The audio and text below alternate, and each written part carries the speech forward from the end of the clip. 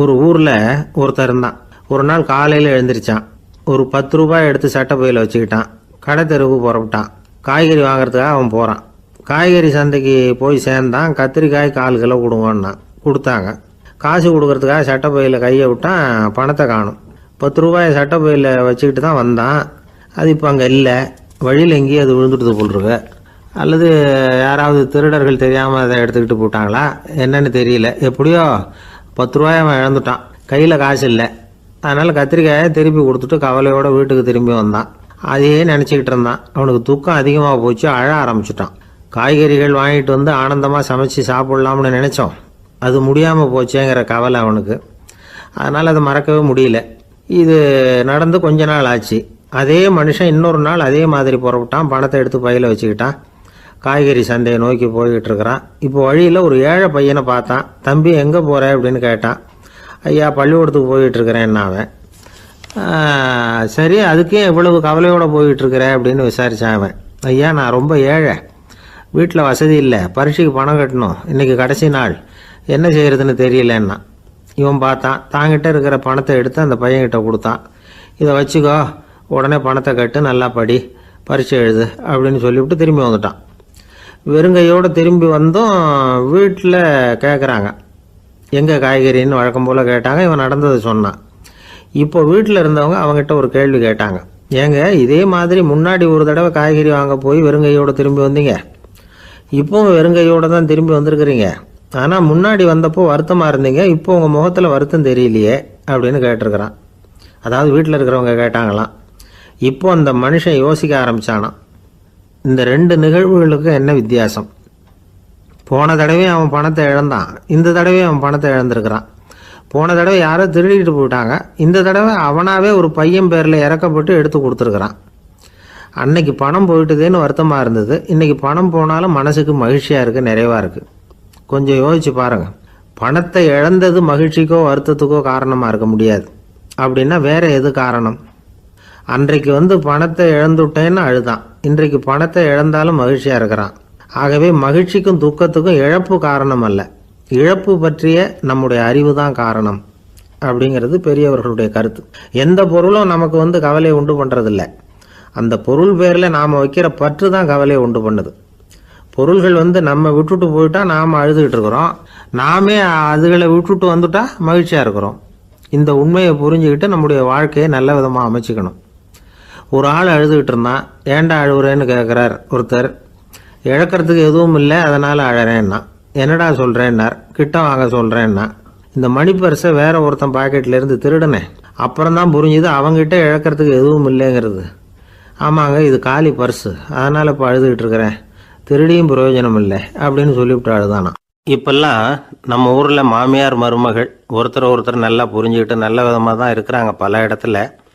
அதனால் நான் இப்போ சொல்ல போகிற கதையை கேட்டுவிட்டு இந்த காலத்தில் அவ்வளவு மோசமாக யார் சார் நடந்துக்கிறாங்க அப்படின்னு கேட்டு யாரும் சண்டைக்கு வரக்கூடாது.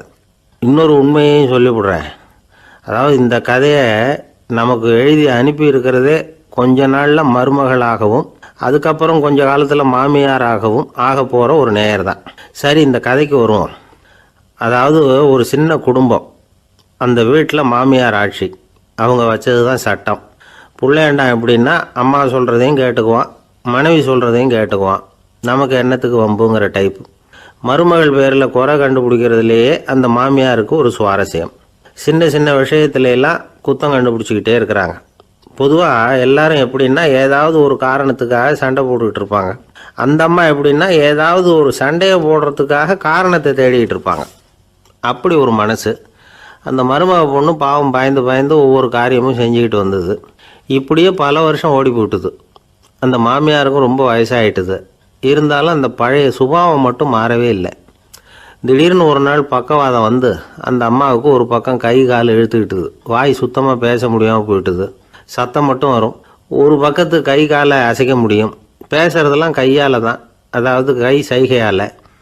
இப்படிப்பட்ட நிலைமையில் கூட அந்த பொண்ணு தண்ணியோ பாலோ இவங்க எதிரில் கொண்டாந்து வச்சா அதை வேணும்னே தட்டி விட்டுட்டு ஒம்பு வளர்க்குறது. அதுக்கப்புறம் அந்த பொண்ணு தரையை சுத்தப்படுத்தும்ல, அதை பார்த்து ரசிக்கிறது. இருந்தாலும் அந்த பொண்ணு இதையெல்லாம் பெருசுப்படுத்தாமல் ரொம்ப பொறுமையாக தான் இருந்தது. ஒரு நாள் வீட்டில் வச்சுருந்த பாலை பூனை குடிச்சிட்டு போட்டுது. வயசான காலத்தில் இந்த அம்மா பால் இல்லாமல் கஷ்டப்படுவாங்களே அப்படின்னு நினச்சி பக்கத்து வீட்டில் போய் கொஞ்சம் பால் வாங்கிட்டு காய்ச்சி மாமியார் முன்னாடி கொண்டாந்து வச்சுது அந்த பொண்ணு. வழக்கம் போல் அந்த அம்மா பாலை தட்டி விட்டுட்டாங்க. இதை அந்த மருமக பொண்ணு கவனிச்சுட்டுது. இவ்வளவு நாள் பொறுமையாக இருந்த இந்த மருமகளுக்கு இன்னைக்கு இதை பார்த்து தான் அசாத்திய கோபம் வந்துட்டுது. கதவுக்கு பக்கத்தில் சாத்தி வச்சுருந்த உலக்கையை எடுத்து மாமியார் தலையில் போட அது குறி தவறி கழுத்தில் பட அந்த அம்மா கழுத்தை பிடிச்சிக்கிட்டு ஊன்னு கத்த இந்த பொண்ணு ஒன்றும் அலட்டிக்காமல் உலக்கையை எடுத்து மறுபடியும் கதவு பக்கம் சாத்தி வச்சுட்டு அது பாட்டுக்கு நடந்து போயிட்டுது. இருந்தாலும் மனசுக்குள்ளே லேசாக ஒரு பயம். கணவன் வீட்டுக்கு வந்ததும் என்ன விஷயம்னு கேட்டால் எப்படி சமாளிக்கிறது? அன்னைக்குன்னு பார்த்து ரொம்ப நேரம் கழித்து வீடு சேர்ந்தான் கணவன். உடனே அந்த அம்மா புகார் பண்ண ஆரம்பிச்சுட்டுது. பேச்சு தான் வராத, அதனால் ஒரு பக்கத்து கையால் சைகை காட்டுது. கதவுக்கு பக்கத்தில் இருந்த உலக்க பக்கமாக கையை நீட்டி காட்டி அப்படியே அந்த கையை தன் கழுத்துக்கு பின்பக்கமாக சுற்றி காட்டி நாக்கை வெளியில் நீட்டி நடந்த விஷயத்தை புரிய வைக்கிறதுக்கு முயற்சி பண்ணுது. இவனுக்கு ஒன்றும் புரியல. என்ன சொல்கிறாங்க அம்மா அப்படின்னு மனைவிகிட்ட கேட்குறான். அதுக்கு அந்த பொண்ணு ரொம்ப புத்திசாலித்தனமா, என்னங்க உங்கள் அம்மா சொல்கிறது உங்களுக்கு இன்னும் புரியலையா?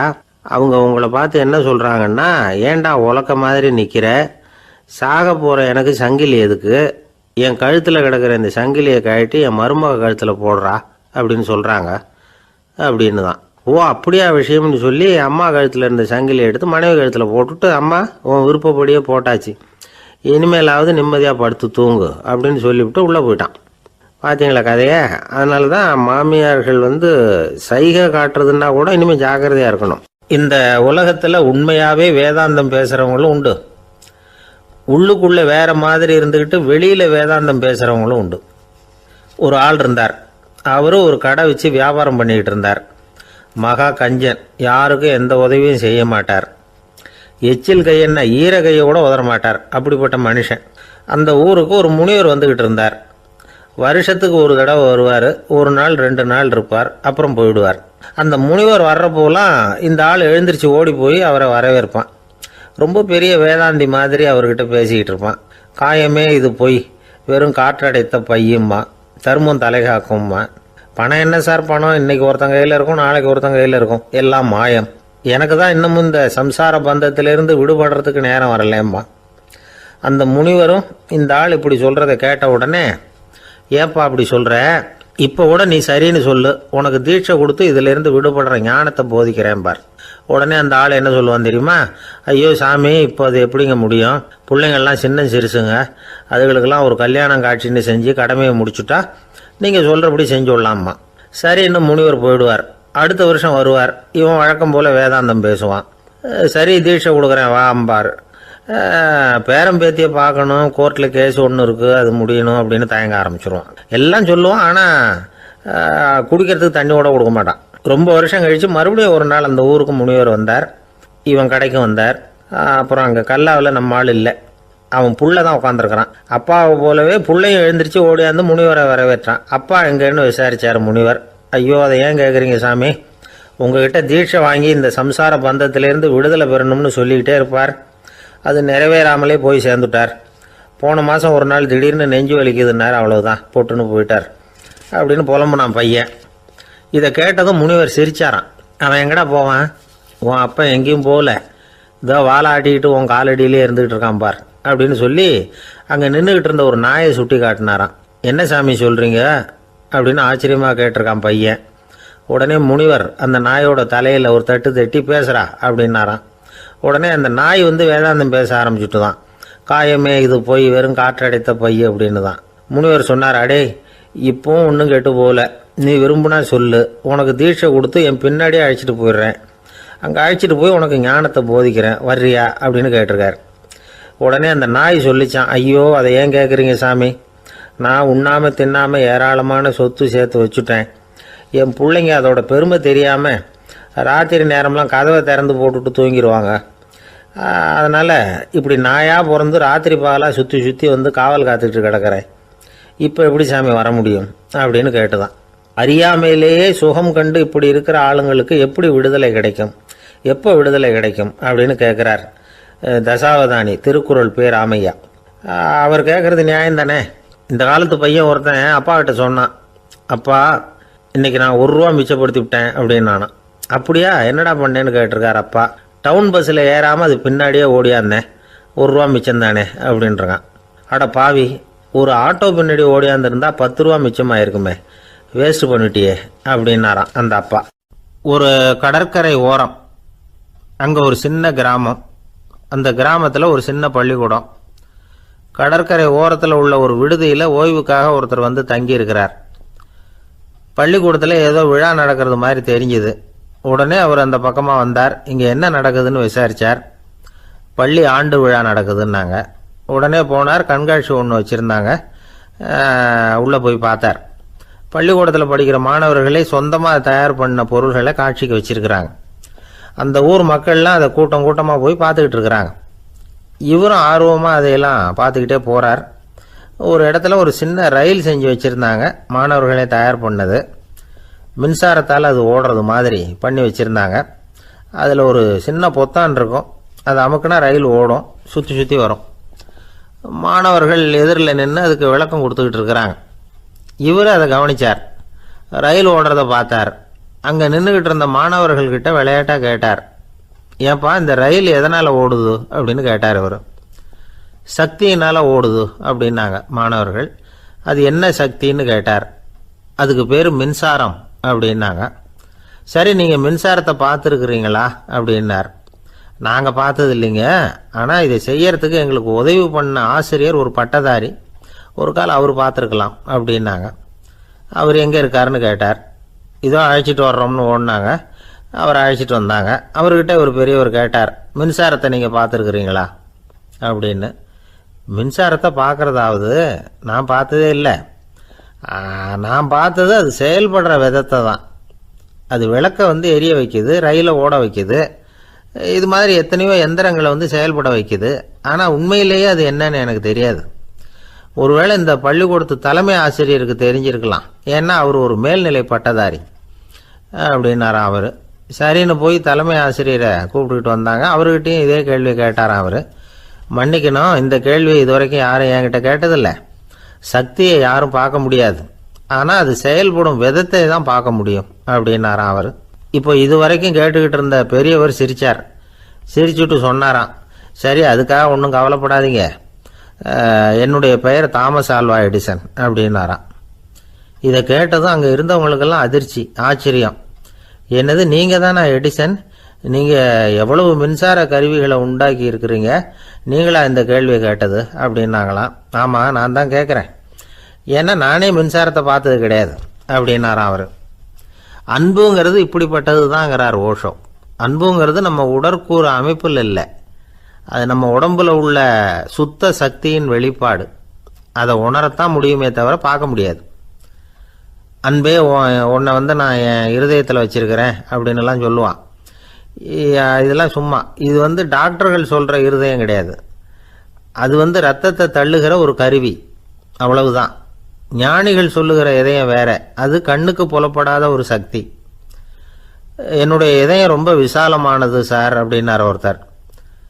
அப்படிங்களான்னு ரொம்ப மரியாதையா, ஆமாங்க டாக்டர் அப்படி தான் சொல்கிறார், கொஞ்சம் வீங்கி போய் பெருசாக இருக்குதான் அப்படின்னார். ஒரே ஒரு ஊரில் ஒரு அம்மா இருந்தாங்க. அந்த அம்மாவுக்கு ஒரே ஒரு பிள்ளையாண்டான். அவனுக்கு ரொம்ப அக்கறையோடு கல்யாணம் பண்ணி வச்சாங்க. கல்யாணம் முடிஞ்சதும் மருமக பொண்ணு வீட்டுக்கு வந்து சேர்ந்தது. அப்பாடா என் கடமை முடிஞ்சுது, இனிமேல் அக்கடான்னு எங்கேயாவது ஒரு மூலையில் படுத்து கிடக்கலாம் அப்படின்னு நினச்சாங்க அந்த அம்மா. ஆனால் நினைக்கிறபடி எங்கே நடக்குது? அதுக்கப்புறம் தான் பிரச்சனையே ஆரம்பமாச்சு. மருமகள் குணம் சரியில்லை, ஒரு மாதிரி. அந்த பொண்ணு வீட்டுக்கு வந்ததுமே முதல் வேலையாக மாமியாரை பார்த்து, அதுதான் நான் வந்துட்டேன்ல, இனிமேல் உங்களுக்கு என்ன வேலைங்க, புறப்பட வேண்டியது தானே, காசி ராமேஸ்வரம்னு எங்கேயாவது போங்க அப்படின்னுட்டு தான். மாமியாரை பார்த்தாங்க, கொஞ்சம் யோசனை பண்ணாங்க. இந்த பாருமா, நீ இப்படி சொல்கிறதுக்கு முன்னாடியே வீட்டை விட்டு புறப்படணுங்கிற முடிவுக்கு நான் வந்துட்டேன். வீட்டை மட்டும் இல்லை, இந்த உலகத்தை விட்டே கூட போகிறதுக்கு தயாராக இருக்கிறேன். ஆனால் ஒரே ஒரு விஷயத்துக்காக என் உயிரை கையில் பிடிச்சிக்கிட்டு இருக்கிறேன் அப்படின்னாங்களாம். என்ன விஷயம்னு கேட்டது இந்த மருமக பொண்ணு. வேறு ஒன்றும் இல்லை, என் பிள்ளைக்கு கல்யாணம் பண்ணி வச்சுட்டேன். ஒரு பேர புள்ள பிறந்து அதை என் கண்ணால் பார்த்துட்டேன்னா நான் எங்கே வேணும்னாலும் போகிறதுக்கு தயாராக இருக்கிறேன் அப்படின்னாங்களாம் அந்த மாமியார். மாமியார் இப்படி சொல்கிறதுலேயும் நியாயம் இருக்கிறதாக பட்டுது அந்த பொண்ணுக்கு. சரி அப்படியே இருந்து பார்த்துட்டு போகலாம் அப்படின்னு அனுமதி கொடுத்தது. கொஞ்ச காலத்தில் ஒரு பேரன் பிறந்தான். அந்த அம்மாவும் பேரனை கண்ணால் பார்த்துட்டாங்க. சரி பேரனை பார்த்தாச்சுல்ல, இனிமேல் புறப்பட வேண்டியது தானே அப்படின்னது மருமக பொண்ணு. மாமியார் பார்த்தாங்க. நீ சொல்கிறது சரிதாம்மா, அதில் ஒன்றும் தப்பு இல்லை. என்னோடய பேரன் உங்களை அம்மா அப்பான்னு கூப்பிடுறத என் காது குளிர கேட்டுட்டு போயிடுறேனே அப்படின்னாங்களாம். சரி அந்த ஆசையை நிறைவேறட்டும் அப்படின்னு காத்துக்கிட்டு இருந்தாங்க. பேரன் வளர்ந்தான், நடந்தான், பள்ளிக்கூடம் போனால் பெரியவனானான். மருமக பொண்ணு மறுபடியும் மாமியாரை விரட்ட ஆரம்பிச்சுட்டுது, இன்னும் புறப்புள்ளையான்னு. இதை பாருமா, இது வரைக்கும் இருந்துட்டேன். பேரனோட கல்யாணத்தையும் கண்ணால் பார்த்தா தான் இந்த கட்டை வேகும் போல் இருக்குது அப்படின்னு சொல்லி ஒரு மாதிரியாக பேச ஆரம்பித்தாங்க. இதுவும் நியாயமான ஆசையாக தான் படுது அப்படின்னு அது யோசிச்சிருக்கு அந்த பொண்ணு. சரின்னு அதுக்கும் ஒத்துக்கிட்டது. உடனே பேரனுடைய கல்யாணமும் முடிஞ்சது ஒரு வழியாக. இனிமேல் ஒரு நொடி கூட இங்கே இருக்கக்கூடாது, புறப்படுங்க அப்படின்னு மாமியாரை விரட்டிச்சான் அந்த பொண்ணு. இப்போ அந்த மாமியார் தன்னோட மருமகளை பார்த்து சொல்கிறாங்க, இதோ கிளம்பிட்டேம்மா, என் மூட்டை முடிச்செல்லாம் கட்டிக்கிட்டேன், புறப்பட்டுவிட்டேன். அப்படியே நீயும் உன் துணிமணிகளை மூட்டை கட்டிக்கிட்டு கிளம்பிடும், என்னோட சேர்ந்து 2 பேருமா சேர்ந்து போயிடலாம் அப்படின்னாங்களாம். அந்த பொண்ணு முழிக்குது. முழிக்காதே, உனக்கும் ஒரு மருமக வந்துட்டா, இனிமேல் நீயும் ஒரு மாமியார் தானே, உனக்கும் இனிமேல் இங்கே வேலை இல்லை, புறப்படு அப்படின்னாங்களாம். அப்போ தான் அந்த பொண்ணு சிந்திக்க ஆரம்பிச்சு தான், தன்னோட தவறு புரிஞ்சுதான். இந்த தகவலை கேட்டுக்கிட்டு இருக்கிற மருமகள்லாம் இதை பற்றி கொஞ்சம் யோசித்து பார்க்கணுங்கிறதுக்காகத்தான் இதை சொல்கிறோம் மாமியார்கள் சார்பாக. கொஞ்ச நாளைக்கு முன்னாடி ஒரு பொண்ணை பார்த்து பேசுகிற சந்தர்ப்பம் கிடைச்சிது ஒரு கல்யாண வீட்டில். அந்த பொண்ணு சொல்லிச்சு, சார் எனக்கு கல்யாணம் ஆகி 15 வருஷம் ஆகுது, நான் மாமியார்கிட்ட சண்டை போட்டதே இல்லை அப்படின்னு ரொம்ப அடக்கமாக சொல்லிச்சு. அது எப்படிம்மா சாத்தியமாச்சுன்னு கேட்டோம். எனக்கு கல்யாணம் ஆகி 15 வருஷம்தான் ஆச்சு, ஆனால் என் மாமியார் செத்து போய் 20 வருஷத்துக்கு மேலே ஆயிட்டுது அப்படின்னுது. லோகமானிய பாலகங்காதர திலகர் இருந்தார்ல, அவருக்கு 15 வயசுலேயே கல்யாணம் நடந்துதான். மனைவி பேர் தபிபாய், ரொம்ப பெரிய குடும்பத்து பொண்ணு, நல்ல குணம். அவங்க குடும்பம் நடத்திக்கிட்டு இருக்கிறாங்க. அந்த காலத்தில் திருடர்கள் பயம் அதிகம். இந்த காலத்தில் மட்டும் என்னன்னு கேட்குறீங்களா? நீங்கள் கேட்குறது நியாயம்தான். இருந்தாலும் இந்த காலத்து திருடனுக்கும் அந்த காலத்து திருடனுக்கும் ஒரு முக்கியமான வித்தியாசம் உண்டு. அதாவது அந்த காலத்து திருடன்லாம் நியாயம் அநியாயம் பார்க்குறது உண்டு, இந்த காலத்தில் அப்படி பார்க்குறது இல்லை.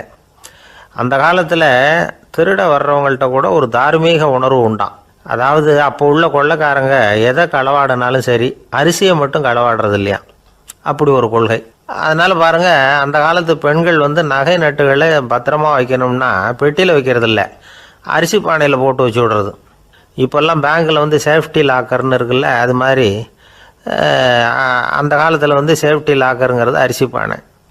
இந்த வளையல், மூக்குத்தி, தோடு இப்படி எதுவாக இருந்தாலும் அதில் போட்டு பத்திரமா வச்சுருவாங்க. திருடன் அரிசி பானை பக்கம் போகிறதில்ல.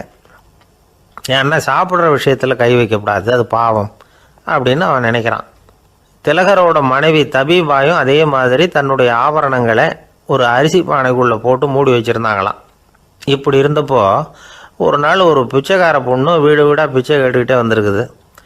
திலகர் வீட்டுக்கும் தர்மம் போடுங்க தாயே அப்படின்னு தான் அந்த பொண்ணு. அந்த அம்மா தபிபாய் காதில் இது விழுந்திருக்கு. உடனே கை நிறைய அரிசி அள்ளிக்கிட்டு போட்டிருக்கு.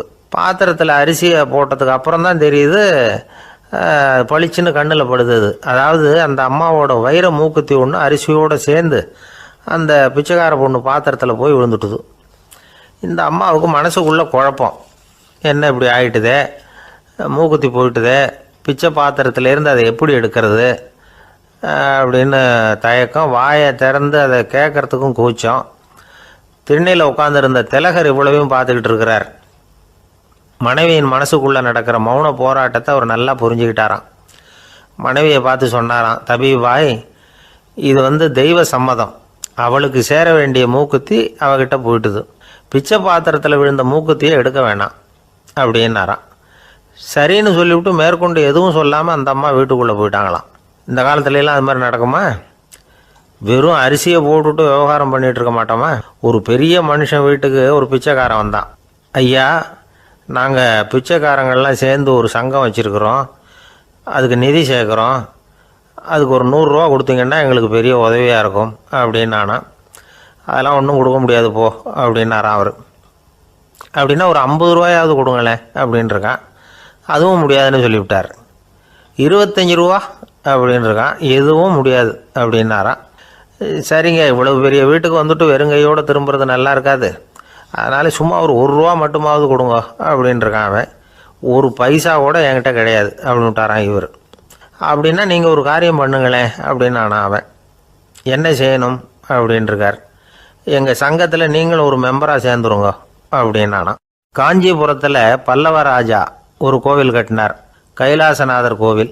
அதுக்கு கும்பாபிஷேகம் பண்ணுறதுக்கு ஒரு நாள் குறிப்பிட்டு அதுக்கு வேண்டிய ஏற்பாடுகள்லாம் பண்ணினார். முதல் காரியமாக கடவுளை வேண்டிக்கிட்டார், நீங்கள் இந்த கும்பாபிஷேகத்துக்கு நேரில் வந்து கலந்துக்கணும்னார். கடவுள் அந்த ராஜா கனவுல வந்தார். நீ கும்பாபிஷேகம் வச்சிருக்கிற அதே நாளில் அதே நேரத்தில் எனக்கு இன்னொரு ஊரில் ஒரு கும்பாபிஷேகம் இருக்குது, அதுக்கு போக வேண்டியிருக்கு. அதாவது திருநின்ற ஊரில் என்னுடைய பக்தர் ஒருத்தர், அவரும் ஒரு கோயில் கட்டி கும்பாபிஷேகம் செய்கிறார், நான் அதுக்கு போக வேண்டியிருக்கு, அதனால் உன்னுடைய தேதியை நீ மாற்றி வச்சுக்கோ அப்படின்னார். கடவுள் தான் எங்கேயும் இருக்கிறவராச்சே, அவர் நினச்சா 2 இடத்துலையும் இருந்து கோயில் கும்பாபிஷேகத்தை நடத்த முடியாதா? ஏன் அப்படி செய்யலை? அது ஒரு முக்கியமான காரணத்துக்காகத்தான். திருநின்ற ஊரில் இருந்த பூசலாருங்கிற அந்த அடியாரின் பெருமையை இந்த உலகத்துக்கு எடுத்து காட்டணுங்கிறதுக்காகத்தான் கடவுள் அந்த ராஜா கிட்ட அப்படி சொன்னார். சரி, அந்த அடியார் அப்படி என்னதான் பெருசாக கோயில் கட்டி விட்டார்? ராஜா கட்டின கோயிலை விட பெருசா? அவர் கட்டினது கருங்கல்லாலேயோ மண்ணாலேயோ மரத்தாலேயோ இல்லை. அவர் கட்டின கோயில் வேறு மாதிரி. அது மனசால் கட்டின கோயில், மனசுக்குள்ளே இருக்கிற கோவில், மனக்கோவில். அந்த அடியார் தன்னோட மனசுக்குள்ளே மாதக்கணக்காக ஒவ்வொரு கல்லாக சேர்த்து கட்டின கோவில். இந்த விஷயம் ராஜாவுக்கு தெரியாது. அவர் என்ன நினச்சுட்டாரு, அது நாம் கட்டின கற்கோயிலை விட ரொம்ப பெருசாக இருக்கும் போல இருக்கு அப்படின்னு நினச்சிட்டார். சரி, அப்பேற்பட்ட அந்த கோயிலை தரிசனம் பண்ணிவிட்டு வருவோம் அப்படின்னு நினச்சி ராஜா திருநின்ற ஊருக்கு போகிறார். அங்கே போய் பார்த்தா கோயிலையும் காணும், ஒன்றையும் காணும். கடைசியில் பூசலார் கட்டின மனக்கோவில் தான் அதுங்கிறத அவர் புரிஞ்சுக்கிறார். உடனே அந்த அடியாரின் காலில் விழுந்து வணங்குறார். அவரோ, இது மனசால முயன்ற கோவில், இதுக்கு இத்தனை பெருமையா அப்படின்னு ஆச்சரியப்படுறார். இதில் ஆச்சரியப்படுறதுக்கு ஒன்றும் இல்லை. ஆண்டவன் விரும்புறது அகபக்தியையே தவிர புற தோற்றங்களே அல்ல. இதை நாம் புரிஞ்சுக்கிட்டோம்னா நமக்குள்ள எந்த வேறுபாடுகளும் வர்றதுக்கு வழியே இல்லை. இன்னொரு ராஜா இருந்தார். அவர் ஆண்டவனுக்கு படைக்கிறதுக்காக ஒரு தார் நல்ல செவ்வாழைப்பழமாக எடுத்துக்கிட்டு போகணும்னு நினச்சார். அதனால் முத நாளே அதை வாங்கிட்டு வர சொன்னார் வேலைக்காரங்கிட்ட. வேலைக்காரன் போனால் கடைத்தெருவில் ஒரு தார் பழம் வாங்கினா, வர்ற வழியில் அவன் குடிசை. அப்படியே எட்டி பார்த்துட்டு போவோமேன்னு நினச்சான். போனான். அங்கே இவனோட குழந்தை பாவம் பசியால் கத்திக்கிட்டு இருக்கு. இவன் பார்த்தான், இவ்வளவு பெரிய தாரில் ஒரு 2 பழம் எடுத்தா தெரியவா போகுது அப்படின்னு நினச்சி ஒரு 2 பழத்தை பிச்சு அந்த குழந்தைகிட்ட கொடுத்தான். அதை வாங்கி வயிறார சாப்பிட்டுது, பசி அடங்குச்சு, விளையாட போயிட்டுது. இவன் அதுக்கப்புறம் வாழைப்பழத்தை எடுத்துக்கிட்டு அரண்மனைக்கு வந்தான். 2 பழம் பிச்சிருக்கிறது ராஜாவுக்கு தெரிஞ்சு போச்சு. இவன் உண்மையை சொல்லிவிட்டான். உடனே ராஜா, கடவுளுக்கு படைக்க வேண்டிய பொருளை குழந்தை எச்சில் பண்ண விட்டுருக்கியே அப்படின்னு சொல்லி அவனை கட்டி வச்சு சாட்டையால் அடித்தார் பாவம். மறுநாள் பழத்தை கோயிலுக்கு எடுத்துகிட்டு போனார். கடவுள் முன்னாடி வச்சார். கடவுள் கண்ணை திறந்து பார்த்தார், பழம்லாம் அழுகி இருக்குது. என்ன இது அழுகி போன பழம் அப்படின்னார். ராஜா முழிச்சார். நல்லா தானே இருந்தது அப்படின்னு நினச்சார். அப்போ கடவுள் அந்த ராஜா கிட்ட சொன்னாராம், இதை பார்ப்பா, இந்த தாரில் 2 பழம்தான் நல்ல பழம், அந்த 2 பழங்களையும் நேற்றுக்கே நான் சாப்பிட்டுட்டேன் அப்படின்னாராம். அப்போ தான் ராஜாவுக்கு புரிஞ்சுது, ஏழை குழந்தையின் பசியை தீர்க்கறதுக்காக உதவுன அந்த 2 பழம்தான் இறைவன் சாப்பிட்ட பழம்னு. இறைவன் இருக்கிற இடம் எது? இதுதான். ஒரு ஊரில் ஒரு மன்னர் இருந்தார். புத்தி கூர்மை உள்ள ஒரு மன்னர். பொதுவாக மன்னர்களுக்கு சந்தேகம் வந்தால் சபையில் உள்ள சான்றோர்கள்கிட்ட கேட்டு தெரிஞ்சுக்கிறது தானே வழக்கம். ஆனால் இங்கே அப்படி இல்லை. மற்றவங்களுக்கு சந்தேகம் வந்தால் மன்னர்கிட்ட கேட்டு தெரிஞ்சுக்குவாங்க. அது மாதிரி கேட்டு தெரிஞ்சுக்கிறதுக்காக ஒரு பெரியவர் ஒரு நாள் வந்தார். அவர் கையில் 3 பொம்மைகள் வச்சுருந்தார். 3 ஒரே மாதிரி பொம்மைகள், கொஞ்சம் கூட வித்தியாசம் தெரியல. ஏது இந்த பொம்மைன்னு கேட்டார் மன்னர். எனக்கு வேண்டியப்பட்ட ஒருத்தங்கிட்ட இருந்து இதை வாங்கிட்டு வந்திருக்கிறேன், நான் தான் அவன்கிட்ட இந்த பொம்மையை செஞ்சு கொடுக்கும்படியா கேட்டுக்கிட்டேன். அவன் ரொம்ப புத்திசாலி, அவன் தான் இதை செஞ்சு கொடுத்தான். ஆனால் அதில் ஒரு சிக்கல் அப்படின்னார். என்ன பிரச்சனைன்னு கேட்டிருக்கார் இவர். நான் அவன்கிட்ட கேட்டது 3 விதமான பொம்மைகளாக இருக்கணும்னு கேட்டேன். அவன் என்னடான்னா 3 ஒரே மாதிரியாக செஞ்சு கொடுத்துட்டான் அப்படின்னார். அவங்ககிட்டயே கேட்கறது தானே அப்படின்ட்டுருக்காரு இவர். கேட்டேன், அவன் என்ன சொல்கிறான்னா, இது மூணும் ஒரே மாதிரி பொம்மை கிடையாது, மூணும் மூணு விதம், ஒன்றுக்கு ஒன்று வித்தியாசம் இருக்குது. இந்த மூணு பொம்மையும் மூணு விதமான நண்பர்களுக்கு உதாரணங்கள் அப்படின்னு சொல்கிறான். எனக்கு ஒன்றும் புரியல, அதுதான் உங்ககிட்ட வந்தேன் அப்படின்னார். சரி, அந்த பொம்மைகளை இப்படி கொடுங்க அப்படின்னு வாங்கினார் மன்னர். எடுத்துக்கிட்டு உள்ளே போனார். கொஞ்ச நேரம் கழித்து வெளியில் வந்தார். அதுக்கப்புறம் சொன்னார், இதை பாருப்பா, அவன் சொன்னது சரிதான், மூணும் மூணு விதம் தான். இது இருக்குதே முதல் பொம்மை, இது உத்தமமான நண்பனுக்கு உதாரணம். இந்த ரெண்டாவது பொம்மை இது மத்தியமமான நண்பனுக்கு உதாரணம். அந்த மூணாவது பொம்மை இருக்குதே அது மோசமான நண்பனுக்கு உதாரணம். இதை செஞ்சவன் உண்மையிலேயே பெரிய அறிவாளி தான் அப்படின்னாராம். வந்தவருக்கு ஒன்றும் புரியல. பார்த்தா ஒன்றும் வித்தியாசம் தெரியலையே அப்படின்னு அவன் குழம்பி போய் நிற்கிறான். இப்போது அந்த மன்னர் விளக்கம் கொடுக்குறார்.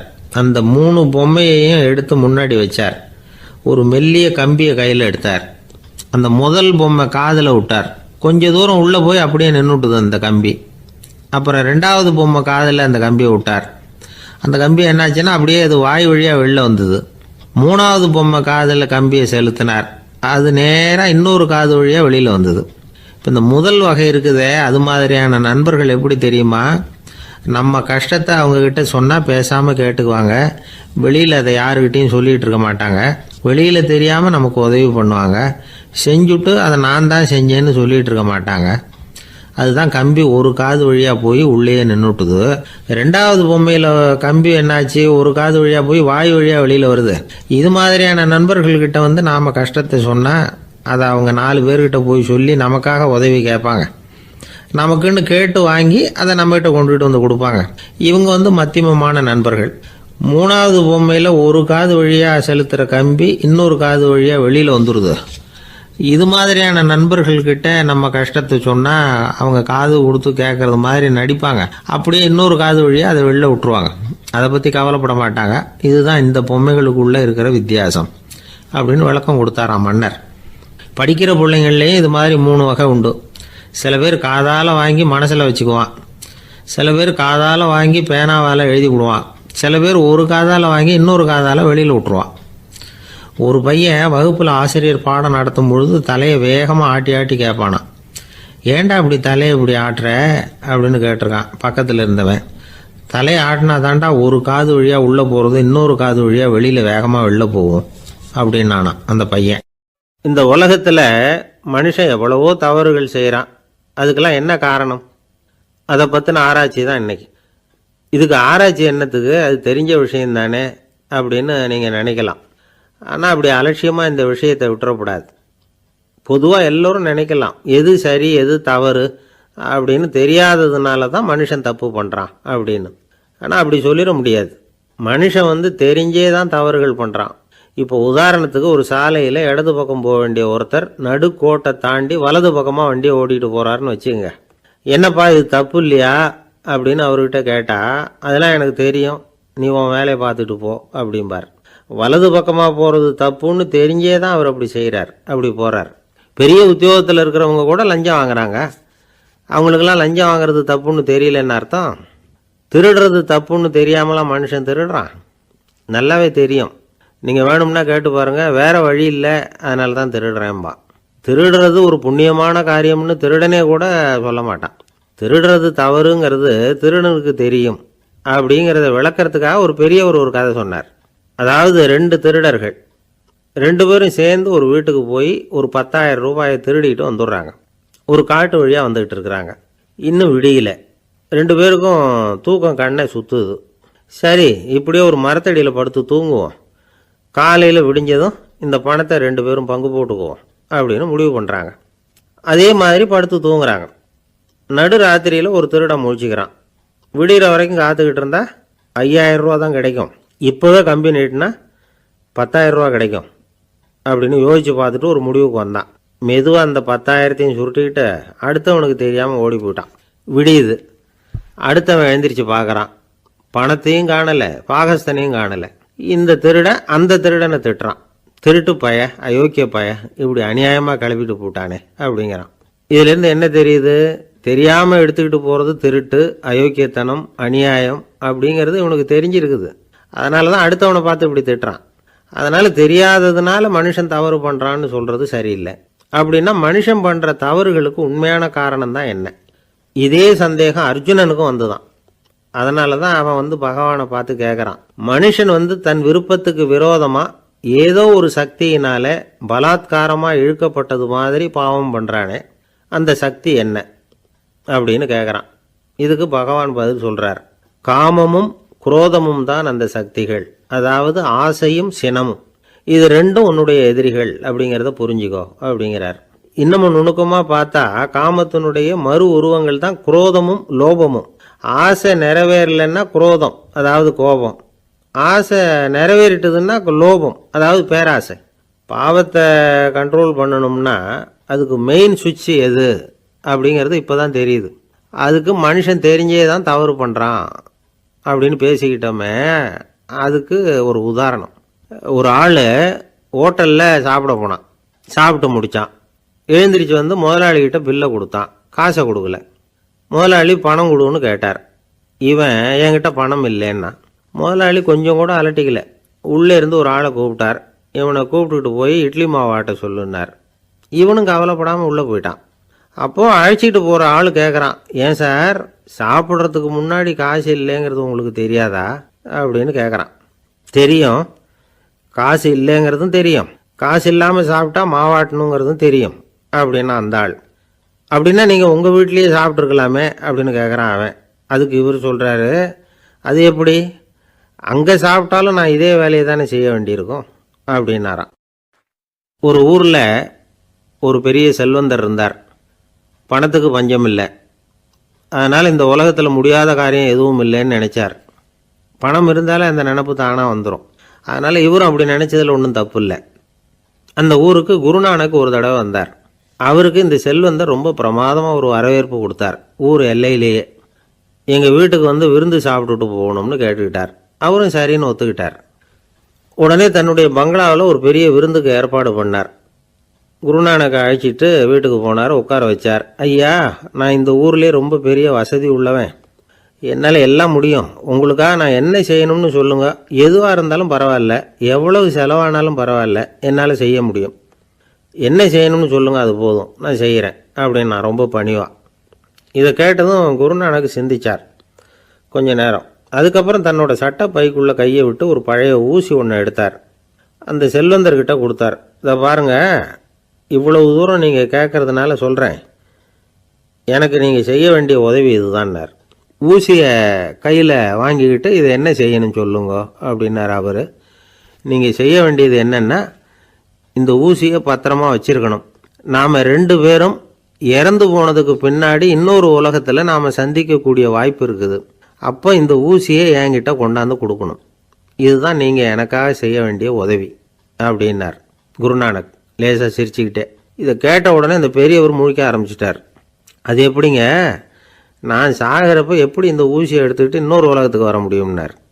ஊசி மாதிரி ஒரு சின்ன பொருளை கூட இந்த உலகத்தை விட்டு நாம் போகிறப்ப எடுத்துகிட்டு போக முடியாதுங்கிறப்போ உங்களோட செல்வத்தையெல்லாம் எப்படி அங்கே எடுத்துகிட்டு வர போகிறீங்க அப்படின்னு கேட்டார் குருநானக். அதுக்கப்புறம் தான் அந்த பெரியவர் யோசிக்க ஆரம்பித்தாராம். குருநானக் சொல்கிறார், இதை பாருங்கள், நாம் செய்கிற நல்லது கெட்டது தான் கடைசி வரைக்கும் நம்ம கூட இருக்கும்.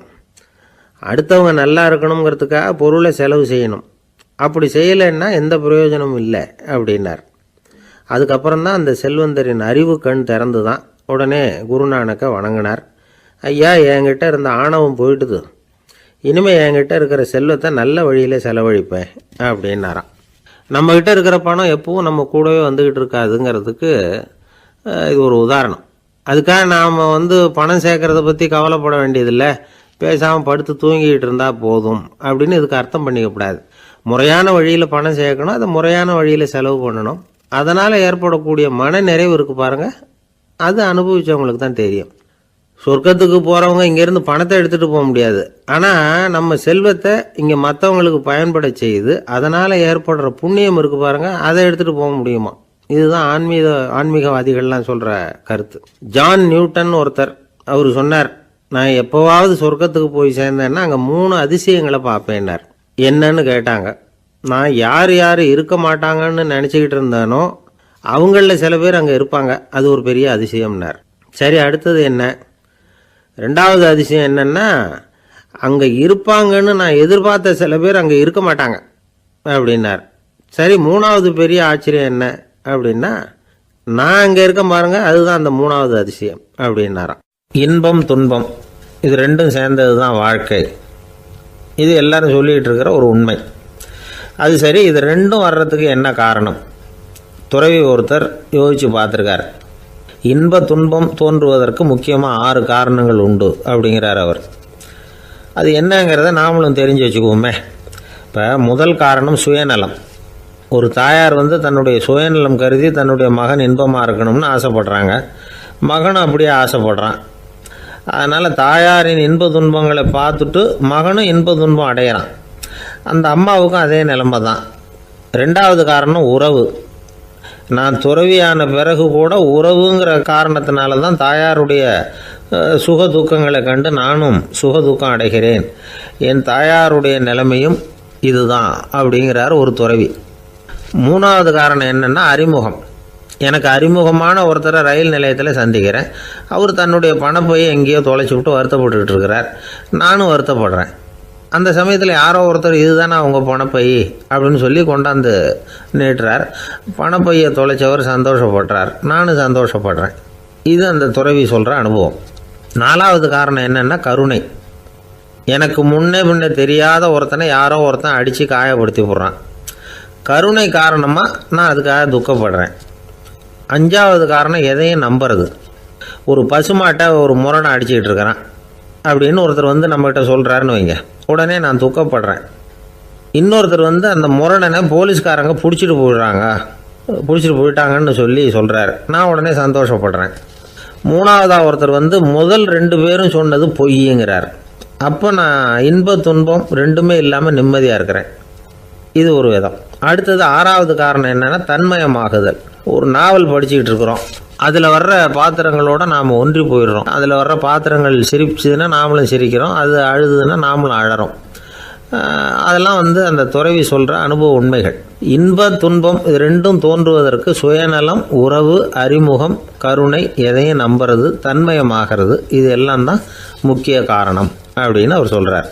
ஆகக்கூடி ஒட்டு மொத்தமாக யோசனை பண்ணி பார்த்தா பிற பொருள்கள் மீது பற்றுதல் காரணமாக தான் நாம் இன்ப துன்பம் அடையிறோம் அப்படிங்கிறத புரிஞ்சிக்க முடியுது. மனுஷன் இன்ப துன்பம் அடையிறதுக்கு 7வது காரணம் கூட ஒன்று உண்டு அப்படின்னு சொல்லிகிட்டே வந்தார் ஒருத்தர். அது என்ன அப்படின்னு கேட்டோம். அதுதான் சார் இந்த நீங்கள் சொல்லிட்டு வர்ற இன்று ஒரு தகவல்னார். எப்படி சொல்கிறீங்கன்னு கேட்டோம். இன்று ஒரு தகவல் கேட்க ஆரம்பிக்கிறப்போ மனசில் இன்பம், ஆரம்பித்த உடனே இது ஏற்கனவே கேட்ட சமாச்சாரமாச்சே அப்படின்னு நினைக்கிறப்போ துன்பம் அப்படின்னு அதுக்கு ஒரு விளக்கம் கொடுத்தார் அவர். வயிறு பசிக்குதேங்கிறது சிலரோட கவலை, வயிறு பசிக்க மாட்டேங்குதே அப்படிங்கிறது சில பேரோட கவலை. 2 விதமான கவலைக்கும் வயிறு தான் காரணமாக இருக்குது. வயிறு பசிச்சதுன்னா அது இயற்கை, வயிறு பசிக்கலைன்னா அது வியாதி. ஆனால் பசியையும் நாம் பசிப்பிணி அப்படின்னு தான் சொல்லுவோம். என்ன காரணம்? வியாதியை போக்க வேண்டியது எவ்வளவு முக்கியமோ அதை விட முக்கியம் பசியை போக்க வேண்டியது. ஒரு சமுதாயத்தில் பசிப்புணியே இருக்கக்கூடாது, அதுதான் நல்ல சமுதாயம். பசியை போக்கணும்னா சாப்பாடு போடணும், பசியின்மையை போக்கணும்னா வைத்தியம்தான் பண்ணணும். இது சம்பந்தமாக எவ்வளவோ ஆராய்ச்சிகள் நடக்குது, நிறைய மருந்து கண்டுபிடிச்சிருக்கிறாங்க. நம்ம உடம்புல பசியை தூண்டக்கூடிய பகுதி எது, இதை முதல்ல தெரிஞ்சுக்கணும் இல்லையா? நாம் சாப்பிட்ற ஆகாரம் செரிக்கிறதுக்கு எது காரணம் தெரியுமா? நம்ம மூளையோட பின்பகுதி தான் அதுக்கு காரணமாக இருக்குதாம். மூளையின் பின்பகுதியில் நரம்பு செல்களால் ஆன 2 வகையான ஆரக்சின்கள் தான் பசியை உண்டாகுது அப்படின்னு கண்டுபிடிச்சிருக்கிறாங்க. 2 ஆய்வாளர்கள் இதை கண்டுபிடிச்சிருக்காங்க. அவங்க 2 பேரும் டெக்சாஸ் பல்கலைக்கழகத்தில் ஹார்வர்டு ஹக்ஸ் மருத்துவ கல்வி நிலையத்தில் பணிபுரிகிறவங்களாம். உண்பது தேவைங்கிறது உணரப்படும் போது மூளையின் அந்த குறிப்பிட்ட பகுதி ஆரக்சின் அப்படிங்கிற ஹார்மோன்களை சுரக்கும். அது பசி உணர்வை தூண்டும் அப்படிங்கிறது தான் அந்த ஆய்வாளர்களின் கண்டுபிடிப்பு. இந்த ஆரக்சின் வேறு சில உயிரினங்கள்லேயும் உண்டு. இப்போ எலிகளில் கூட இது இருக்குது. அதனால் எலிகளை வச்சு இது சம்பந்தமாக ஆராய்ச்சி பண்ணாங்க. எலிகள் உடம்பில் ஆரக்சினை செலுத்தி பார்த்தாங்க. உடனே என்னாச்சு தெரியுமா? அந்த எலியெல்லாம் பசியால் துடிக்க ஆரம்பிச்சுட்டுது. எதையாவது தின்னு பசியை தீர்த்தா போதுங்கிற அளவுக்கு அந்த எலிகள்லாம் அல்லாட ஆரம்பிச்சுட்டுது. இயல்பாக சாதாரணமாக அந்த எலிகள் எவ்வளவு சாப்பிடுமோ அது மாதிரி 8 முதல் 10 மடங்கு அதிகமான ஆகாரத்தை 1 மணி நேரத்துக்குள்ளே சாப்பிட்டு தீர்த்துட்டு தான். சில எலிகளின் மூளையில் இந்த ஆரக்சின் அளவை கட்டுப்படுத்தி பார்த்துருக்குறாங்க. உடனே என்னாச்சு தெரியுமா, அதெல்லாம் சாப்பாட்டை கண்டால் முகத்தை திருப்பிட்டு போக ஆரம்பிச்சுட்டு தான். அந்த எலிகளுக்கு பசி எடுக்கலையாம். இந்த ஆராய்ச்சியின் அடிப்படையில் பசியை எடுக்காமல் இருக்கிற மனிதர்களுக்கும் பசியை தூண்ட முடியும் அப்படின்னு சொல்லி ஆராய்ச்சியாளர்கள் தெரிவிச்சிருக்கிறாங்க. ஆக ஆரக்சின் தான் பசிக்கு காரணம்ங்கிறது தெரிஞ்சு போச்சு. சரி, இந்த ஆரக்சின் அப்படின்னா என்ன? அது ஒரு கிரேக்க சொல். அதுக்கு பசின்னு அர்த்தம். நம்ம ஆளுங்களுக்கெல்லாம் பசியை தூண்டுறதுக்கு மருந்து தேவையில்லை, பசியை குறைக்கிறதுக்கு தான் மருந்து தேவை. ஒரு அம்மா டாக்டரை தேடி வந்தாங்களாம். டாக்டர், எங்கள் வீட்டுக்காரருக்கு திடீர்னு அகோர பசி, நிறைய சமைச்சு போடுறேன், அவ்வளவையும் சாப்பிட்டுட்டு கீழே கிடக்கிற குப்பை கூலங்களையும் எடுத்து சாப்பிட ஆரம்பிச்சுட்றார், என்னன்னு கவனித்து பாருங்கள் அப்படின்னாங்களாம். எவ்வளோ நாளாக அப்படி இருக்குதுன்னு கேட்டிருக்காரு டாக்டர். 1 வாரமாக அப்படி இருக்குதுன்னாங்களாம். இவ்வளவு நாளாக ஏன் சும்மா இருந்தீங்க, ஆரம்பத்திலே இங்கே அழைச்சிட்டு வர வேண்டியது தானே அப்படின்னாரான் டாக்டர். அது ஒன்றும் இல்லை டாக்டர், வீடு பூரா சுத்தமாகட்டுமேன்னு பார்த்துக்கிட்டு இருந்தேன் அப்படின்னாங்களாம் அந்த அம்மா. ஒரு மாணவனை பார்த்தேன். என்ன தம்பி படிப்புலாம் எப்படி இருக்குது அப்படின்னு விசாரித்தேன். அவன் ரொம்ப அழுத்துக்கிட்டான். நான் நல்லா தான் சார் படிக்கிறேன், இருந்தாலும் புத்தியில் சரியாக ஏற மாட்டேங்குது சார் அப்படின்னா. சரி, இவனும் நம்ம ரகம்தான் அப்படின்னு சொல்லி முடிவு பண்ணிக்கிட்டோம். கல்வி கற்கக்கூடிய ஒரு மாணவன் சம்பந்தப்படுற புத்திகள் பல வகை. அதை பற்றி ஒரு பெரியவர் விளக்கி இருக்கிறார். மிருத்து புத்தின்னு ஒன்று இருக்குதான். மிருத்துன்னா மண்ணால் செவுறு கட்டுறோம்ல, மண் சுவரில் ஆணி அடிக்கிறதும் சுலபம், அதை பிடுங்கி எடுக்கிறதும் சுலபம். அது மாதிரி சில பேர் குரு சொல்லி கொடுக்குறத சுலபமாக கேட்டு தெரிஞ்சு வச்சுக்குவாங்க, கொஞ்ச நேரத்தில் சுலபமாக மறந்தும் போயிடுவாங்க. இது மிருத்து புத்தின்னு பேர், மண் புத்தி. தாரு புத்தின்னு ஒன்று உண்டான். தாருன்னா மரம். அதில் பச்சை மரத்தில் ஆணி அடிக்கிறது சுலபம், ஆனால் அதை எடுக்கிறது கஷ்டம். அது மாதிரி ஆசிரியர்கிட்டேருந்து கேட்டதை கவனமாக மனசில் பதிய வச்சுக்கிட்டு அதை மறக்காமல் இருக்கிறது தாரு புத்தி. பட்டை மரமாக இருந்தால் அதில் ஆணி அடிக்கிறதும் கஷ்டம், அடிக்கிற ஆணியும் சீக்கிரம் நழுவிடும். அது மாதிரி கேட்குற விஷயம் மனசில் பதியறதும் கஷ்டம், அப்படியே பதிஞ்சாலும் அது நீடிச்சு இருக்கிறதும் கஷ்டம், கொஞ்ச காலத்தில் மறந்துடும். இன்னொரு வகை புத்தி ஒன்று உண்டு, அதுக்கு பேர் சிலா புத்தின்னு பேர். சிலான்னா கல். ஒரு கருங்கல்லில் 4 துளையை போட்டு ஒரு துளையில் உளியை வச்சு அடித்தா மற்ற துளை வழியாகவும் பிளந்து கல் 2 ஆகிடும். அது மாதிரி சந்தியான இடங்களில் குறிப்பாக ஒரு பொருளை சொன்னால் அதை வச்சுக்கிட்டு மற்றதையும் தெரிஞ்சுக்கிறது, அது சிலா புத்தின்னு பேர். வேணு புத்தின்னா என்ன தெரியுமா? வேணுன்னா மூங்கில் கணுவில் ஒரு பக்கம் உளியை வச்சு அடித்தா 2 பக்கமும் பிளந்துடும். அது மாதிரி ஒரு செய்தியை கேட்டுக்கிட்டு இருக்கிறப்பவே அதோட முன்பின் தொடர்களையும் தெரிஞ்சுக்கணும், அது வேணு புத்தி. தைல புத்தின்னு ஒன்று உண்டு. தைலம்ங்கிறது எண்ணெய். தண்ணியில் ஒரு துளி எண்ணெயை விட்டால் அது தண்ணி பூரா பரவி போடுதில்ல, அது இப்படி பரவுறது மாதிரி ஆசிரியர் சுருக்கமாக ஒரு கருத்தை சொன்னால் அதை வச்சுக்கிட்டு பூரா விஷயங்களையும் தெரிஞ்சுக்கணும், அது தைல புத்தி. கற்பூர புத்தின்னு ஒன்று கேள்விப்பட்டிருக்கோம். அது எப்படின்னா, கற்பூரம் தீ பட்ட உடனே பிடிச்சிக்கும். ஆசிரியர் சொன்ன உடனே நுண்ணறிவோட பாடங்களை புரிஞ்சுக்கிறது இந்த வகை புத்தி. கரி புத்தின்னு ஒன்று. அது எப்படின்னா, கரியில் நெருப்பை வச்சு விசிறிய பிறகு அதுக்கப்புறம் அது கறி நெருப்பாகும். அது மாதிரி காலம்பரை சாயந்தர வேலைகளில் ஆசிரியர் பாடம் சொல்லி கொடுப்பார், அதை கொண்டு புரிஞ்சுக்கிறது இந்த வகை. கதலித்தண்டு புத்தின்னு ஒன்று சொல்லுவாங்க. கதலிங்கிறது வாழை மரம். வாழைத்தண்டில் தீ வைக்கிறது எவ்வளவு சிரமமோ அவ்வளவு சிரமத்தோடு கல்வி கற்கிறது கதலித்தண்டு புத்தி. இதை தவிர இன்னும் சில வகையான மாணவர்களை கூட அடையாளம் காட்டுறாங்க. ஆசிரியர் சொன்னதில் நல்லதை மட்டும் எடுத்துக்கிறவன் அன்னம். ஆசிரியர் கிடைச்ச இடத்துல பாடத்தை கேட்டுக்கிட்டு பிறகு தனியாக உட்காந்து சிந்திக்கிறவன் பசு. பசுமாடு அப்படி தானே, புல் கண்ட இடத்துல மேயும், அதுக்கப்புறம் நிதானமாக அசை போட்டுக்கும். ஆசிரியர் சொன்னதை தவிர வேறு எதையும் சொல்ல முடியாதவன் கிளி. பல இடங்களில் பாடங்கள் கேட்டு கடைசியில் ஒன்றும் புரியாமல் போகிறவன் ஆடு. ஆடு ஒரு செடியில் வயிறார மேயாது, ஒரே செடியில் இக்கரைக்கு அக்கறை பச்சைன்னா அங்கேயும் இங்கேயும் அலைஞ்சிக்கிட்டே இருக்கும். சில பேருக்கு எருமைன்னு பேர். எருமை எப்படின்னா குளத்து நீரை கலக்கி தான் குடிக்கும். அது மாதிரி ஆசிரியர் மனசை நோக செய்து பயில்கிற மாணவர்கள்லாம் இந்த ரகம். இவ்வளவுலாம் இருந்தாலும் இந்த காலத்து மாணவர்கள்லாம் ஒரு தனி ரகம். ஒரு ஆசிரியர் வகுப்பில் பாடம் நடத்திக்கிட்டு இருந்தார். இலக்கண வகுப்பு. இறந்த காலம், நிகழ்காலம், எதிர்காலம், past tense, present tense, future tense, இதை பற்றிலாம் பாடம் நடத்துகிறார்.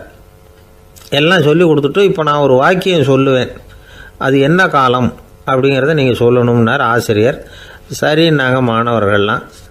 நான் நாளைக்கும் பாடம் நடத்தப் போகிறேன், இது என்ன காலம் அப்படின்னு கேட்டார் ஆசிரியர். அதாவது நான் நாளைக்கும் பாடம் நடத்தப் போகிறேன், இந்த வாக்கியம் என்ன காலம்னு கேட்டார். ஒரு பையன் மெதுவாக எழுந்திரிச்சு சொன்னான், இது எங்கே போதாத காலம் சார் அப்படின்னு சொல்லிவிட்டு உட்காந்துட்டானான். ஒருத்தர் ஓடி வந்தார், இன்னொருத்தரை பார்த்து, சார் உங்கள் சைக்கிளை ஒரு நாள் இரவல் கொடுங்களேன், பக்கத்து ஊருக்கு போயிட்டு வர வேண்டியிருக்கு அப்படின்னார். இவர் சைக்கிளை கொடுத்து பத்திரமா கொண்டுட்டு போங்கன்னார். சார் இதை பத்திரமா கொண்டு போகிறேன், கவலையே வேணாம், ஏன்னா இது உங்களோட சைக்கிள் அப்படின்னு நான் நினைக்கல, என்னோட சைக்கிளாக நினைக்கிறேன் அப்படின்னார். அதுக்கப்புறம் தான் இவருக்கு உண்மையாகவே பயம் வந்துட்டுது. ஏன்னா அவர் சொன்னது மாதிரி அதை தன்னோட சைக்கிளாகவே நினச்சி தள்ளிட்டு போட்டால் என்ன பண்ணுறது? எது எதை நம்முடையதாக நினைக்கணுங்கிறதுக்கு ஒரு வரையறை இருக்குது. சில பேர் ஆஃபீஸையே வீடாக நினச்சி விடுறது உண்டு. அப்படிப்பட்டவங்க கூட வீட்டை ஆஃபீஸாக நினைக்கிறதில்ல. ஏன்னா வீட்டில் இவர் ஆஃபீஸராக நடந்துக்க முடியறதில்ல. இதெல்லாம் ஒரு பக்கம் இருக்கட்டும், இப்போ விஷயத்துக்கு வருவோம். பொறியியல் மேதை டாக்டர் விஸ்வேஸ்வரய்யா இருந்தார் இல்லையா, பாரத ரத்னா விருதெல்லாம் கொடுத்தாங்களே. ஆஃபீஸ் வேலை வேறு, சொந்த வேலை வேறு அப்படிங்கிறதுக்கு ஒரு உதாரணமாக இருந்தவர் அவர். மைசூர் மகாராஜா கிட்ட திவானாக இருந்தார். அவர் ஒரு நாள் அரசாங்க வேலை காரணமாக வெளியூர் போயிருந்தார். ஹாசன்கிற ஊருக்கு பக்கத்தில் ஒரு பயண மாளிகை, அங்கே தங்கிவிட்டார். ராத்திரி அங்கே தங்கி இருந்துட்டு விடிஞ்சதும் ஊருக்கு திரும்புறதாக திட்டம். ராத்திரி தூங்கிறதுக்கு ரொம்ப நேரம் ஆகிட்டுது. ரொம்ப நேரம் வரைக்கும் அரசாங்க சம்பந்தப்பட்ட வேலைகளையே பார்த்துக்கிட்டு இருக்கிறார். அரசாங்க ஃபைல்கள் நிறைய இருந்தது. அதையெல்லாம் ஒவ்வொன்றா எடுத்தார், படித்து பார்த்தார், பரிசீலனை பண்ணார். அதில் எழுத வேண்டியதை எழுதினார், கையெழுத்து போட்டார். ஒரு வழியாக அந்த வேலையெல்லாம் முடிஞ்சுது. அதுக்கப்புறம் என்ன பண்ணார்னா, தன்னுடைய சூட்கேஸை திறந்தார். அதிலேருந்து 2 மெழுகுவத்தியை எடுத்து கொளுத்தி வச்சார். அந்த பயண மாளிகையில் அது வரைக்கும் எரிஞ்சிக்கிட்டு இருந்த மின்சார விளக்குகளை அணைச்சிட்டார். அதுக்கு பிறகு அந்த மெழுகுவத்தி வெளிச்சத்தில் சில புத்தகங்களை தொடர்ந்து படிக்க ஆரம்பிச்சிட்டார். அந்த பயண மாளிகையில் பணியாளராக இருந்தவர் இதை பார்த்துட்டு ஓடி வந்தார். மறுபடியும் மின் விளக்கு போடுறதுக்காக போனார். விஸ்வேஸ்வரய்யா அதை பார்த்துட்டு போட வேணாம்ட்டாராம். இது வரைக்கும் நான் அரசாங்க அலுவல்களை கவனிச்சிக்கிட்டு இருந்தேன், அதனால் மின் விளக்குகள் அப்போ எரிஞ்சதில் தப்பு இல்லை. இப்போ நான் புத்தகம் படிச்சுக்கிட்டு இருக்கேன், இது என்னுடைய சொந்த வேலை, இங்கே இருக்கிற மின் விளக்கு அதுக்காக ஏன் எரியணும் அப்படின்னு கேட்டாராம். இப்போ இருக்கிற சில அரசு பணியாளர்கள்கிட்ட இந்த சம்பவத்தை பேச்சோட பேச்சாக சொல்லி பார்த்தேன். அவங்களால இதை ஜீரணிக்கவே முடியல. நேர்மை தேவை தான் சார், அதுக்காக அவ்வளவு தூரத்துக்கு அது தேவையா அப்படிங்கிறாங்க. விஸ்வேஸ்வரய்யா அப்படி பண்ணினது தான் ஒரு நேர்மையாளர் அப்படின்னு இந்த உலகத்துக்கு நிரூபிக்கணுங்கிறதுக்காக இல்லை. தான் அப்படி நடந்து காட்டினா தன்னை சுற்றி இருக்கிறவங்களும் அதை கேள்விப்படுறவங்களும் முடிஞ்ச அளவுக்கு பொது வாழ்க்கையில் அரசு பணியில் நேர்மையை கடைபிடிக்க முயற்சி பண்ணலாமே அப்படிங்கிறதுக்காகத்தான். இப்போவும் சில பேர் இருக்கிறாங்க, இவங்க ஆஃபீஸ் வேறு வீடு வேறேன்னு நினைக்கிறதில்ல, அவ்வளோ உரிமை. ஒருத்தர் அப்படி தான், அவருக்கு அவசரமாக 5000 ரூபா தேவைப்பட்டது. ஆஃபீஸு பணத்தை எடுத்துக்கிட்டார். அந்த நேரம் பார்த்து ஆடிட் வந்துட்டுது, ஆப்பிட்டுக்கிட்டார். விசாரணை நடக்குது. அவர் சொல்கிறார், சார் நான் நேரம் காலம் பார்க்காம ஆஃபீஸில் வேலை செய்வேன், ஏன்னா அதை என்னோடய ஆஃபீஸாக நினைக்கிறேன். அவசரத்துக்கு அந்த பணத்தை எடுத்தேன், மறுபடியும் வச்சுடலாம்னு தான் இருந்தேன், அதுக்குள்ளே இப்படி ஆகிட்டுது. நீங்கள் என்ன நினச்சாலும் சரி, நான் ஆஃபீஸ் வேறு வீடு வேறு அப்படின்னு நினைக்கிறதில்ல, அது என்னோடய சுபாவம் அப்படின்னார். விசாரணை பண்ணவர் தீர்ப்பு வழங்கினார். உங்கள் சுபாவத்துக்கு மதிப்பு கொடுத்து நானும் தீர்ப்பு வழங்குறேன். நீங்கள் கொஞ்ச நாள் ஜெயிலில் இருந்துட்டு வாங்க, அது உங்களுக்கு கஷ்டமாக இருக்காதுன்னு நினைக்கிறேன். ஏன்னா அங்கே போனாலும் நீங்கள் உங்கள் சுபாவப்படி வீடு வேற ஜெயில் வேறன்னு நினைக்க மாட்டீங்க அப்படின்னாராம். ஒரு நாள் ஒரு நண்பரை சந்தித்தேன். உங்கள் வீடு எதுன்னு உங்களுக்கு தெரியுமா சார்ன்னு. அவர் என்னை ஒரு மாதிரியாக பார்த்தார். அப்புறம் சொன்னார், தெரியும் அப்படின்னாரு. சரி, உங்கள் தொலைபேசி எண் உங்களுக்கு தெரியுமான்னு. அதுவும் தெரியும்னார். உங்கள் மனைவி மக்கள் யார் யாருன்னு உங்களுக்கு தெரியுமான்னு கேட்டேன். என்னை ஒரு மாதிரியாக பார்த்தார். அப்புறம் சொன்னார், அதுவும் தெரியும் சார் அப்படின்னார். சரி, நீங்கள் யாருன்னு உங்களுக்கு தெரியுமான்னு கேட்டேன். இப்போ தான் அவர் முழிக்க ஆரம்பித்தார். அவர் மட்டும் அப்படி இல்லை, நாம் எல்லாருமே அப்படி தான். எதிரில் நிற்கிறது யாருங்கிறது தெரியும், நாம் யாருன்னு நமக்கு தெரியாது. உண்மையிலேயே நாம் யார்? இந்த கேள்விக்கான பதிலை தான் வாழ்க்கை பூரா நாம் தேடிட்டு இருக்கிறோம். புத்தர் என்ன சொல்கிறார் தெரியுமா? நீங்கள் கடவுளை பற்றி கவலைப்பட தேவையில்லை, உங்களை பற்றின கவலை உங்களுக்கு இருந்தால் போதும் அப்படிங்கிறார். நான் யார், எனக்கு ஏன் இந்த கவலை அப்படின்னு உங்களை நீங்களே கேட்டுக்குங்க அப்படிங்கிறார். நாம் ஏன் கடவுளை படைத்தோம்? அது ஒரு நழுவல் முயற்சியாம். அதாவது தன்னிடமிருந்து தானே தப்பிக்கிற ஒரு முயற்சியாம். இப்படி தான் அதை சொல்கிறாங்க அறிஞர்கள்லாம். மக்கள் பொய்யான பிரச்சனைகளில் ஆர்வமாக இருக்கிறாங்க. அதுக்கு தீர்வு காணவும் முயற்சி பண்ணுறாங்க. கடவுளை பற்றி விவாதிக்க எல்லாருக்கும் விருப்பம். தன்னுடைய சுயம் பற்றிய பிரஜையே இருக்கிறதில்ல. ஆகக்கூடிய விஷயம் என்னென்னா, கடவுள் சமாளிப்புக்கு பயன்படுத்தப்படுகிறார். மனவியல் என்ன சொல்லுது தெரியுமா? கடவுள், சொர்க்கம், மறுபிறவி இதை பற்றிலாம் பேச ஆரம்பிக்கிறவங்க யார் தெரியுமா? போருக்கு போகிறவன், துன்பத்தில் சிக்கி கஷ்டப்படுறவன், நோய் படுக்கையில் விழுந்தவன், இவங்க தான். நாம் அனுபவத்திலே பார்க்குறோமே இதையெல்லாம். கடவுளை துணைக்கு கூப்பிடுறவங்க யாருன்னு கவனித்து பாருங்கள். பரீட்சை எழுத போகிறவன், வேலை தேடி அலையிறவன், பண நெருக்கடியில் இருக்கிறவன், விபத்தில் சிக்கிக்கிட்டவன், இவங்கெல்லாம் தான். தேர்வில் வெற்றி பெற்றதும் அவரை துணைக்கு கூப்பிடுறதில்ல, வேலை கிடைச்சதும் அவர் துணை தேவைப்படுறதில்ல. ஏன் இப்படி? கொஞ்சம் யோசனை பண்ணி பாருங்கள். துன்பம் வருகிற போது அந்த துன்பத்தை தவிர்க்க வேண்டிய நிலையில் அதிலிருந்து நழுவி போகிறதுக்காக பிரார்த்தனை தேவைப்படுது. எல்லாம் நல்லபடியாக நடக்கிறப்போ பிரார்த்தனை செய்கிறதில்ல. புத்தருடைய வழி என்ன தெரியுமா? அந்த வழியில் கடவுளும் கிடையாது, பிரார்த்தனையும் கிடையாது. புத்தர் செய்தது இதைத்தான். அதாவது கடவுள்கிட்ட இருந்து மனிதனையும், மனிதன்கிட்ட இருந்து கடவுளையும் அவர் விடுவித்தார். புத்த மதம் என்ன சொல்லுது தெரியுமா? கடவுள் பிரச்சனை அல்ல, மனிதன்தான் உண்மையான பிரச்சனை அப்படின்னு சொல்லுது. உங்களை நீங்கள் நல்லா தெரிஞ்சுக்கிட்டா போதும், நீங்களே கடவுள் ஆகிடுவீங்க அப்படிங்கிறது தான் புத்த மதம். அதனால் நமக்கு தேவை உள்முக பயணம். நான் யார் அப்படிங்கிற கேள்வியோட உள்ளே போகணும். அங்கே போனால் தான் தெரியும் நான் அப்படின்னு அங்கே யாருமே இல்லைங்கிறது. இதெல்லாம் புத்தர் சொல்லுகிற ஒரு தத்துவம். தத்துவம்னு சொன்னாவே நமக்கெல்லாம் அதை புரிஞ்சுக்கிறது கஷ்டம்தான். நம்ம பொறுத்த வரைக்கும் தத்துவங்கிறதுல 2 வகை உண்டு. ஒன்று தத்துவம், இன்னொன்று மகா தத்துவம். தத்துவம்னா என்ன தெரியுமா? கேட்குறவங்களுக்கு புரியக்கூடாது, அதுதான் தத்துவம்.